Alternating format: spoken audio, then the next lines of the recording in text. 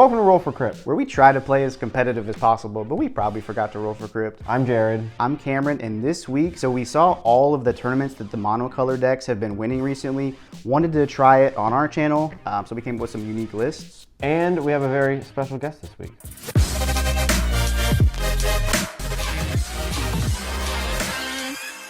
Hey everyone, so I'm Jess, I'm Cam's fiance.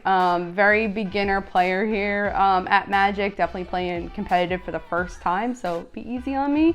Really doing this because it's Cam's 30th birthday, so make sure you say happy birthday in the comments to Cam. And yeah, so we'll get started into my deck. So this week I am playing Halana and Kodama of the East Tree. Game plan is to have Halana on the battlefield with 9 mana available. Then I'm going to cast a Protean Hulk and use Halana's ability when it enters to then have Protean Hulk deal 6 damage to itself. Cam, next card, please.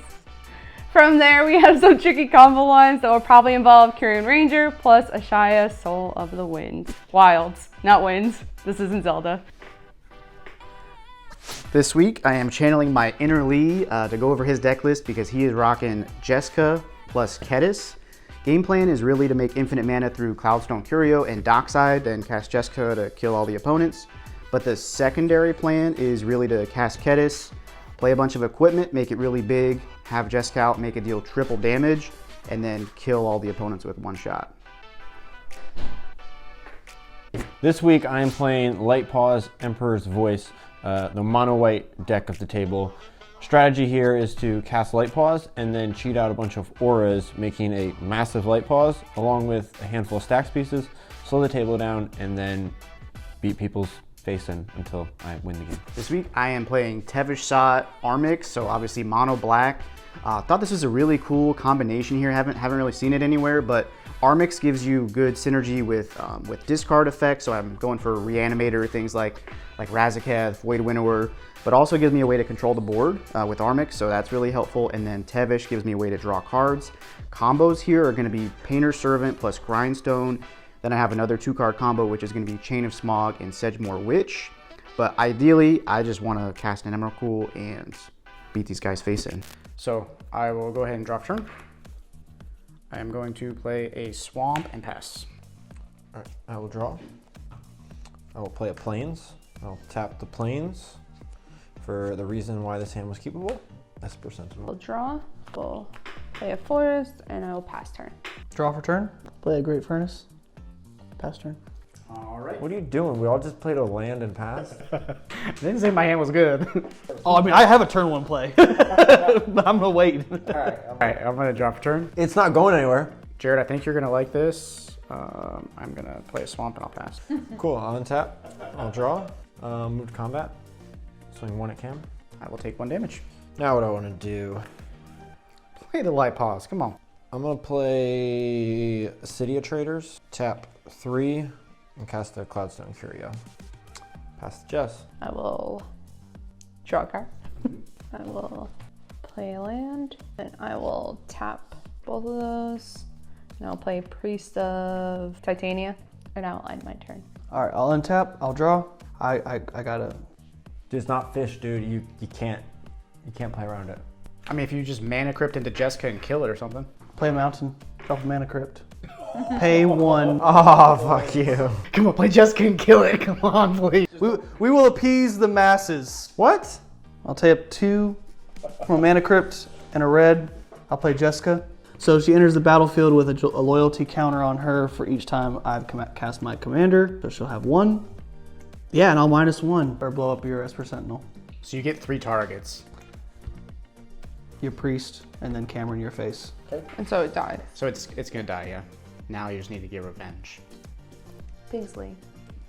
They were coming for me.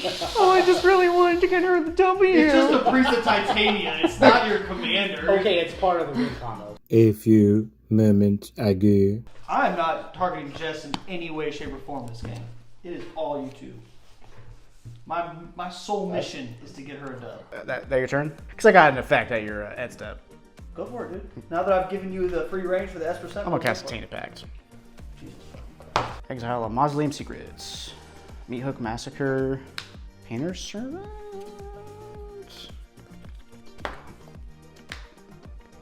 Yeah, Emrakul's fine. That'll go into my hand. These are in exile. I'll untap, draw for my turn. I'm gonna play land for turn, tap 3 mana, and I will attempt to cast Armix. Pass turn. Untap, draw, tap City of Traders for 2 colorless, tap my plains for a white, play a plains, sacrifice City of Traders, use colorless and a white, cast Light-Paws, use a white, cast a Flickering Ward, give Light-Paws pro green. I'll go get an enchantment for my deck. And he's gonna get the one that gives it pro red and black too. Yeah, bitch. Some fucking shit. That ain't good. I'll get Mask of Law and Grace. Cloudstone trigger, I will not return anything. I'll then pass turn. So I will untap, draw a card, play a land. So I will tap for 1 colorless and then 2 forests, and I'll play Eternal Witness, return Precept Titania to me, and it goes back into my hand, and then I will pass turn. You're up, bro. All right, I will untap, mana crypt trigger, my upkeep, I will roll for it. I will take damage, that's 5. Draw a card. We're gonna play Inventor's Fair. Light-Paws is a problem, bro. Too bad it's got pro everything. Yeah, what are you gonna do about it? Don't worry, I got stuff for it. No, I don't. I got stuff. 1 generic, 1 red. I'll play Kedis for 2 generic. I will play Umezawa's Jite. Okay. That was the safe play, and I will pass turn. Alrighty, untap. I'll drop turn. I'm going to play a War Room as land for turn, and Lee, I hate to do it to you, bro, but. Really? Light-Paws is the problem. Light-Paws is the problem. Lee, I hate to do it to you. I can't target Light-Paws. You can target Jared. I can't with this ability. I have to target a creature to be able to discard a card. Dude, I pinged you for 1. I took their stuff out. Come on now, dude. Hey, do what you gotta do, bro. I mean, yeah, the choice is Eternal Witness or Kedis. Oh, easy choice. Kedis, it potentially is a lot scarier. With the Umezawa's, do what you gotta do. It's an easy choice, bro. Alright, so go to combat. I'm going to trigger Armix. So I'm going to discard a card, which is going to be an Emrakul, the Promised End. Oh, wait, shit. Oh, wait, no, yeah, I do have 1 artifact, so that will get -1/-1. Yes. Second main phase. Tap for 2, 3. I'm going to attempt to cast a Necromancy, targeting Emrakul, Promised End. Lee.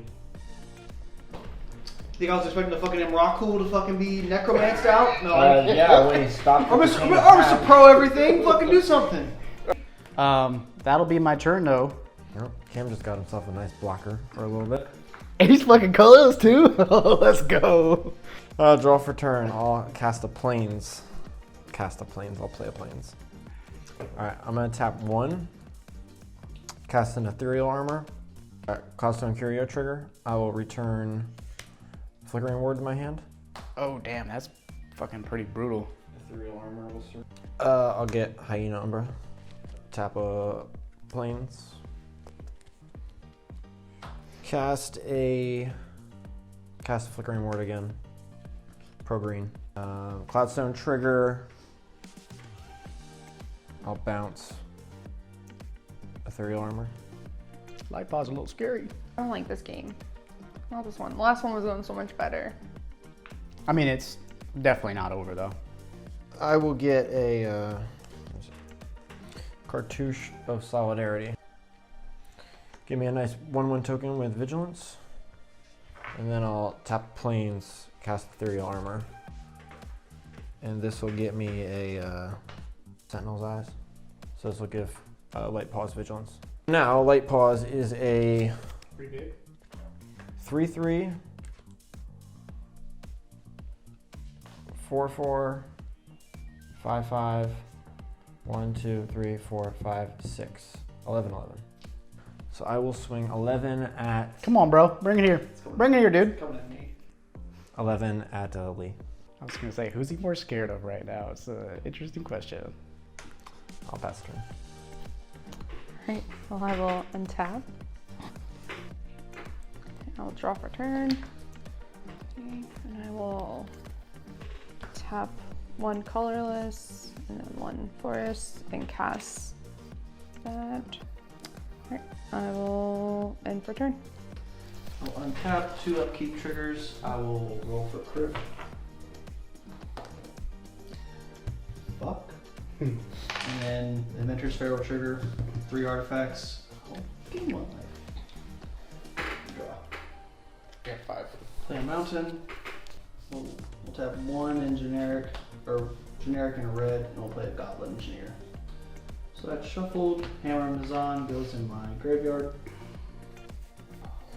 1, 2, 3, 4. I will then play a Treasonous Ogre.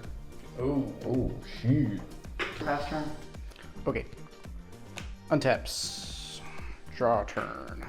So what I have to do, I don't like it, but I'm gonna tap a black mana. I'm gonna attempt to cast a Culling the Weak. No cost to cast it. I'm gonna sacrifice Armix. So I got 4 black mana. I will tap 2 additional mana. I'm gonna cast an Ugin the Ineffable. The only card in this deck.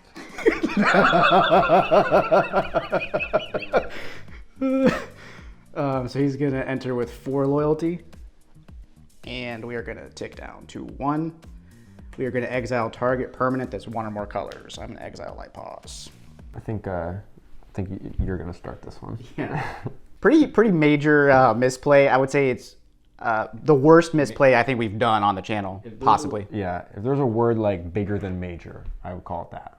It was a disaster. Disastrous misplay. So obviously, Ugin does not exile creatures. For some reason, I've only cast it like once. I just thought in my head what it did instead of reading the card. If I would have read the card, I would have saw that it would destroy Light-Paws, and you had... Yeah, high number. Best part about this, though, is that it's a misplay by Cam. Cam is always playing police at the table. We're like, hey, Lee, you can't do that. That's not what the card says. Jared, you can't do that. That's not what the card says. So when Cam casts a card and says, this is what it does, okay, sounds good. Usually I know what cards do more often than they do, so yeah, I think they didn't second guess it, but that was pretty bad. And then 13 in the air coming to you, bro. Pass the turn. And to clarify a little bit, it would have changed the outcome of the game, but if I would have realized the mistake, instead, I should have either just upticked Ugin, created a 2/2 colorless token that would have been able to block Light-Paws for the rest of the game. That would have been okay. Or I could have just destroyed the Ethereal Armor, which is the only thing really giving Light-Paws power. So I think it would have went down to like 3 power. So would have changed the outcome, but I don't know if you would have ended up winning because of that. I don't know. We'll leave it at that. Untap. I'll draw. I'll cast a Core Spirit Dancer. And I'll tap 1 to escape this Sentinel's Eyes. Playing City of Traders and Esper Sentinel. Core Spirit Dancer. I'll draw a card. I'll play Plains. I'll tap the Plains. Cast a Mortal Obstinacy, returning Sentinel's Eyes to my hand. Core Spirit Dancer, draw a card. Move to combat, then swing my warrior token at Ugin. Ugin will die. And that'll be it. That'll pass. Okay. So untap. I'll draw my card. Card at any time. Misplay on my part. I should have put that on the warrior token. Swing the warrior token at you. Sacrifice it. Kill necromancy. So I'll play a land. All right. So I will tap. And I will tap the priest. And I will cast Halana. And I will end my turn. Alright, untap. Upkeep trigger, mana crypt, please, God. Thank you, Jesus. And then Inventor's Fair, so 1, 2, 3. Yep. Okay, no life. Draw a card. We about to cast Godo and just kill us all? I'm fucking hoping so. Play a mountain. 2, 3, 4. I will play Kedis again, Claw Familiar. Alright. This is about to get saucy. So now I'll use Treasonous Ogre's ability. Pay 3 life. Goblin Engineer. I will pay the red. I think you can only use that ability on something that's actually 3 or less. The one on the bottom. Do not looking at one fucking card. Yeah. Jesus fucking Christ. That means I searched for a card I can't get. That's a huge misplay.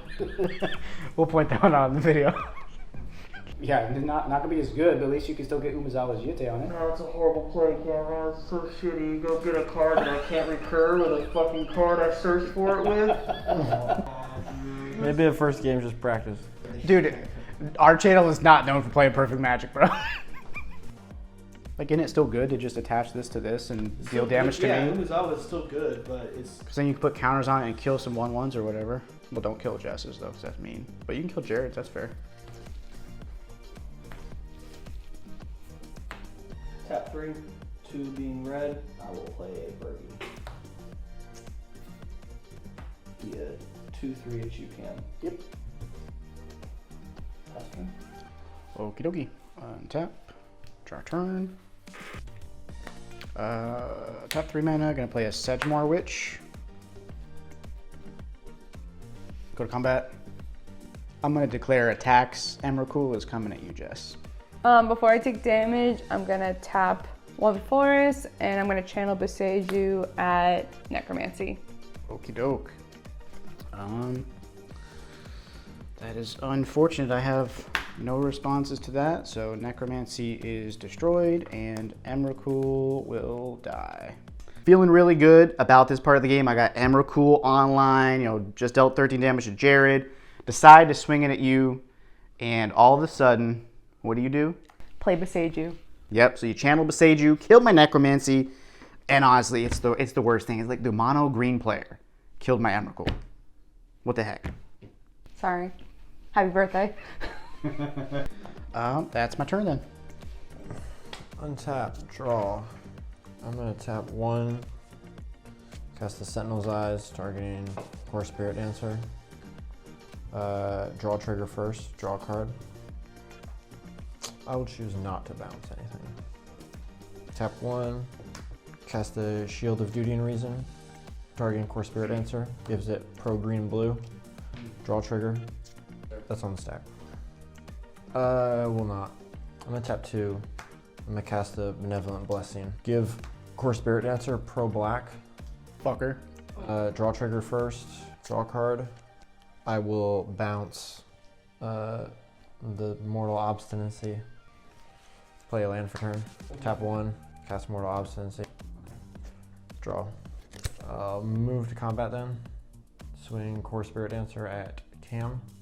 How much is it? As 3/5, 5/7, 7/9, 8/10. Yeah, I can't block, so I would take 10. Pass turn. I will untap. Draw a card. Well, then I will pass my turn. Alright. I will untap. 2 upkeep triggers, Mana Crypt first. And Adventure's Fair. Draw a card. Okay, you need to shuffle better next time. Pay 2 and put Umezawa's Jite on Kedis. Pay 4, using Adventure's Fair ability, sacrifice it, and go search my library for an artifact card. Reveal it, put it in my hand. Ooh, that's not good.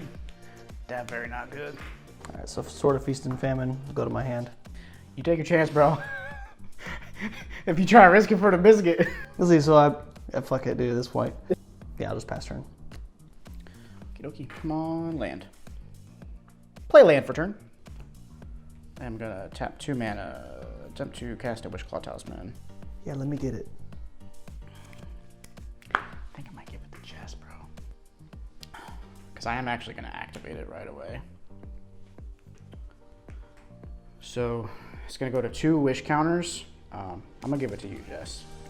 I'm not trying to kill y'all right now, but I am gonna tap 2 mana. I'm gonna attempt to cast Chain of Smog, targeting myself. Okay, first time I will discard 2 cards. Second time I will discard Peer into the Abyss.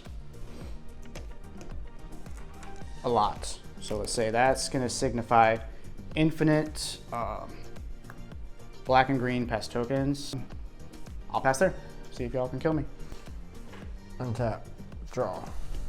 I'll pay 1, cast the detainment spell, targeting this warrior. Cloudstone trigger, bounce this Sentinel's Eyes, draw a card.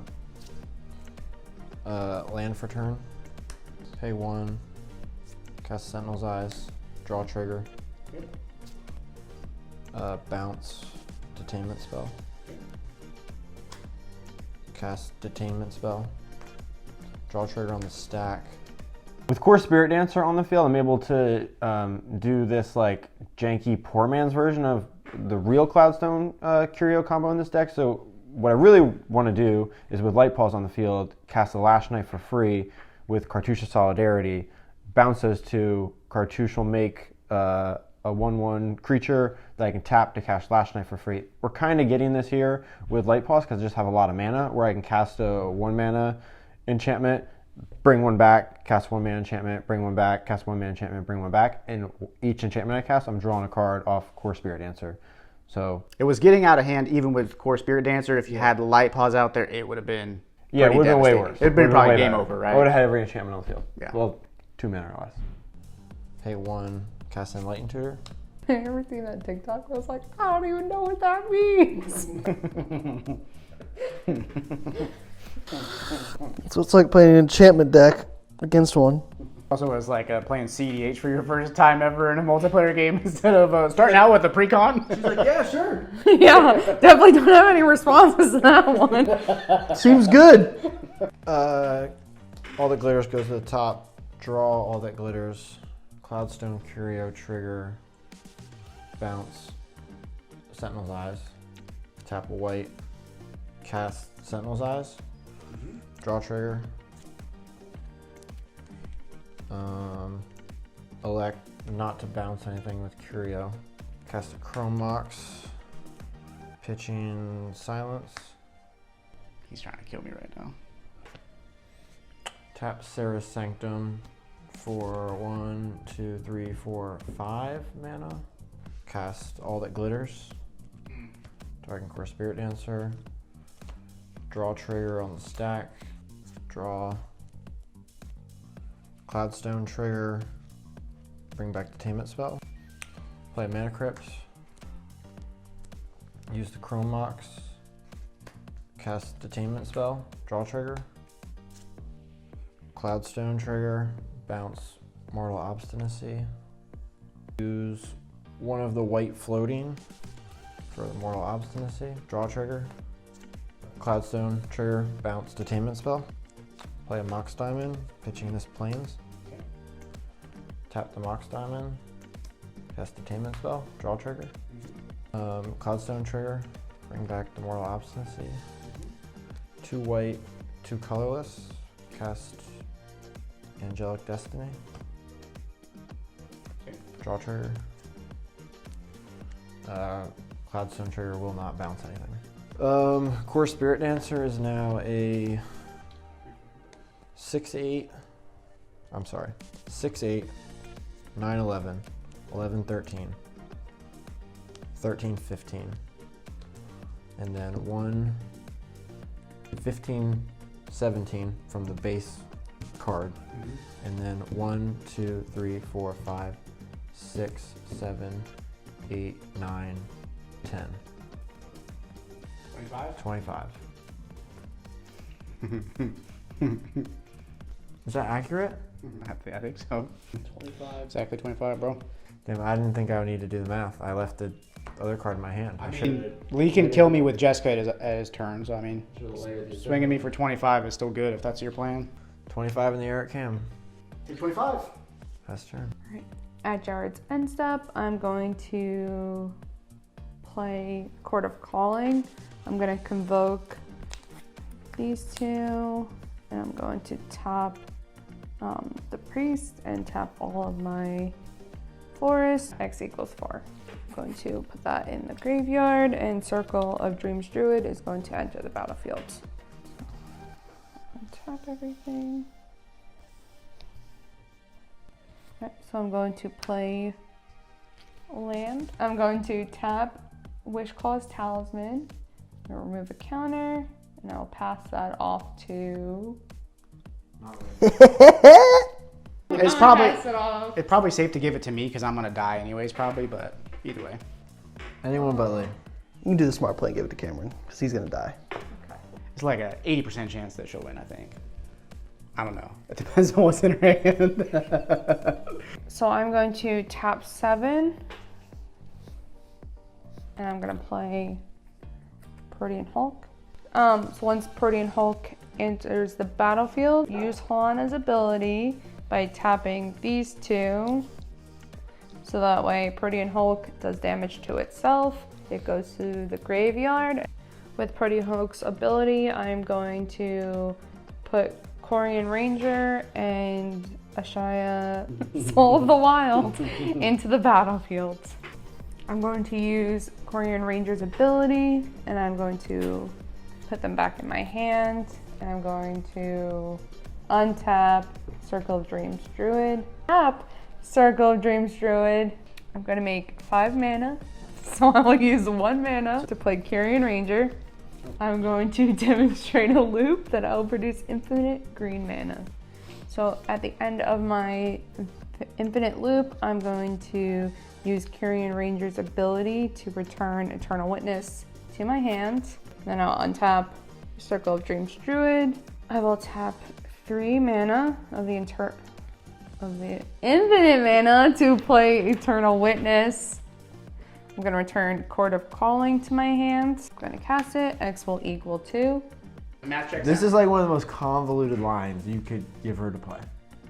Okay, there were other lines that were really easy. That's why I told her, I was like, if you have one of these sack outlets, it's really easy, but if you don't have one, it's way harder. You should know from me trying to do the Titania loop. This is like mono green. It's like Dusk Watch Recruiter is going to enter the battlefield. Then with my infinite mana, I'm going to draw every single creature in my deck. I'm going to play is Savala, the Heart of the Wilds. All right, the first one I'm going to play after Savala is Lesser Manicore. All right, I'm going to play every creature in my deck. And then the last one is going to be Critterhoof Behemoth. Lesser Manicore's ability, and I'm going to deal 1 damage to every creature until they are dead. I'm gonna swing in for a shit ton of damage and kill Jared and everybody else, mainly Jared. Sorry, Jared. I know whenever we were going over the deck the night before, and I told you that it was really confusing, but if you kept an eye out for the really, really good cards, it could be easy. And none of that happened. Yeah, Literally nothing. you I didn't just draw was like any of the good waiting stuff. for it. I was like, I did my homework, I was prepared, and I'm just drawing nothing. We So I'm really- playing it super safe because I literally have no idea. I was like, well, I got nothing. Yeah, we were hoping that she would get an early sack outlet, and that would make the lines a lot easier. She didn't get those. So the really complicated deck that I created for her was very complicated to play, but somehow you pull it off. Everything went perfect. Got the Halana, killed the Protean Hulk, cast all your creatures in your deck, and it was pretty freaking sweet because that was her first time playing competitive. Yeah, first time, real multiplayer type game. Undefeated. Yeah, undefeated. And I'm gonna take it with that and leave.